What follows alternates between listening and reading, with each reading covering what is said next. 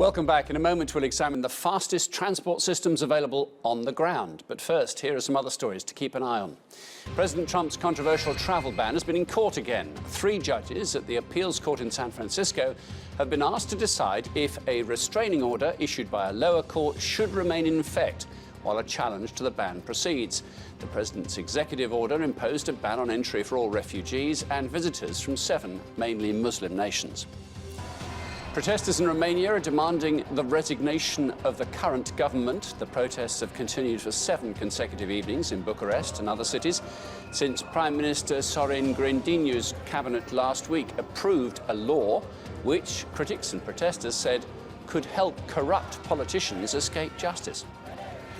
And the Colombian government has begun negotiations with members of Colombia's ELN left-wing rebel group. The talks seek to end more than 5 decades of conflict. The negotiations were launched at a ceremony in the Ecuadorian capital, Quito, where the talks are being held. The next great innovation in high-speed travel may be closer than we think. Hyperloop is the brainchild of SpaceX CEO Elon Musk and could see us travelling at ground speeds of more than 1,000 kilometres per hour. Elon Musk breathed new life into the concept of accelerated pneumatic travel when he released his Hyperloop Alpha designs in 2013. While the term Hyperloop is registered in some countries as a trademark of SpaceX, the plans were open-sourced with the intention of encouraging others to develop and build on the idea. Right now, the company pioneering this new technology is Los Angeles-based Hyperloop One. The Hyperpod is the long-haul vehicle of the Hyperloop One system. The first planned route would connect Dubai with Abu Dhabi.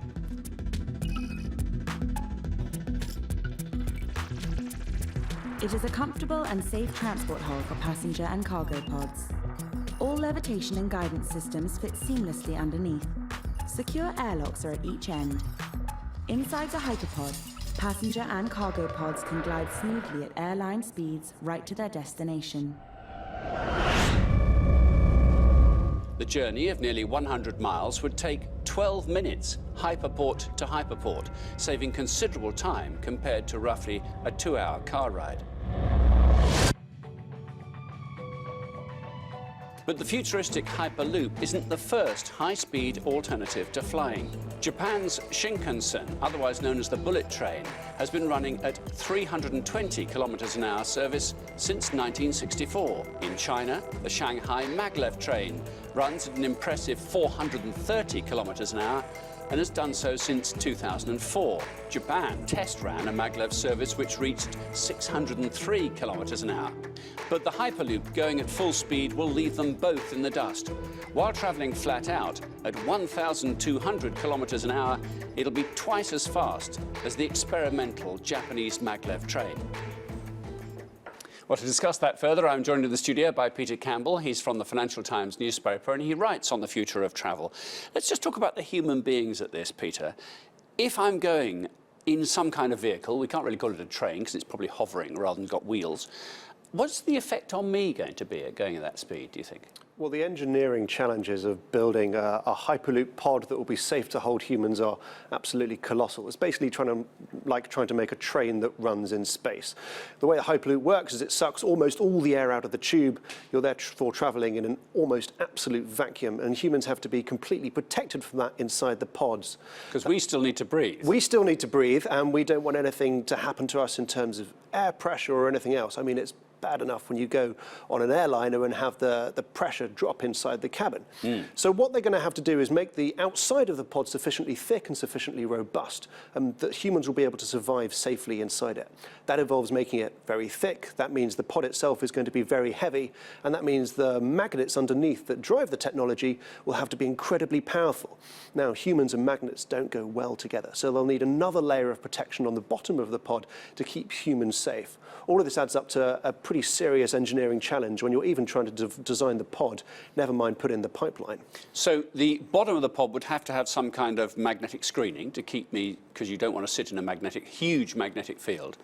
But it's got to be powerful enough magnets, either in the train carriage or in the track, or a combination of the two, I suppose, in order to get this levitation? Because the whole principle is it's frictionless, isn't it? It's actually running on air. Yeah, when trains go very fast, a very large amount of the power is used overcoming air resistance. This is true with almost any form of transport, as we saw with your Concorde segment earlier. Yeah. And now the idea is by removing this completely, the Hyperloop can achieve speeds that are completely unrealistic for almost any other form of transport. What about the stations? Because at some point that near vacuum circumstance has got to be changed to allow, presumably, people or things or pods to get on and off. Well, they've talked about airlocks at the stations. How exactly that'll work, we don't know. But if you're selling this entire technology on the basis of the time that you save traveling between, say, Abu Dhabi and Dubai, if you're going to have to sit for 20 minutes while the outside of your pod acclimatizes to the zero pressure before it takes off, that somewhat takes away from the time-saving potential. Yeah, that's the frustration of landing at an airport and being miles away from the terminal building, I suppose, all over again. And what about straight lines? These things have to be built in straight lines, aren't they? Because if you're talking about 700-800 kilometres an hour, you don't want to be going round bends. No, it's a far more exaggerated problem of the idea of curving trains that go around bends.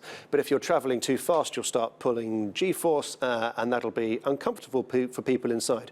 This might be why the idea of building it across the desert could potentially work. This will be far more difficult when you try and build it in areas that have more difficult terrain to go across. And no disrespect to the promo video, but the commuter there is sitting there with a cup of coffee on the table. Well, I don't know any train where you can actually leave your cup of coffee on the table. Might that be possible? Is the idea that this would be so smooth that you can work and dine in comfort? Well, there's no friction anywhere, that's the idea, because there's no air friction outside. The maglev technology means there's no friction underneath.